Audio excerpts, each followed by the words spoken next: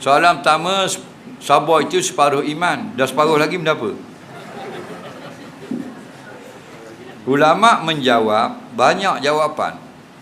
Antaranya, jika iman itu adalah separuhnya duduk pada sabar, separuh lagi duduk pada syukur. Okey? Kerana sabar dan syukur itulah lengkap orang yang bertakwa. Adapun iman saja semata-mata kepercayaan dalam hati. Dan pakaian dia tidak ada. Dan mana pakaian iman? Walibasuhu taqwa.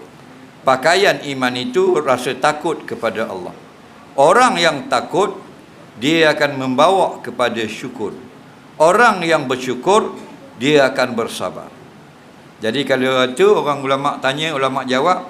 Kalau orang tanya, di mana separuh daripada sabar pada iman itu? Separuh pada sabar, separuh lagi terletak pada syukur.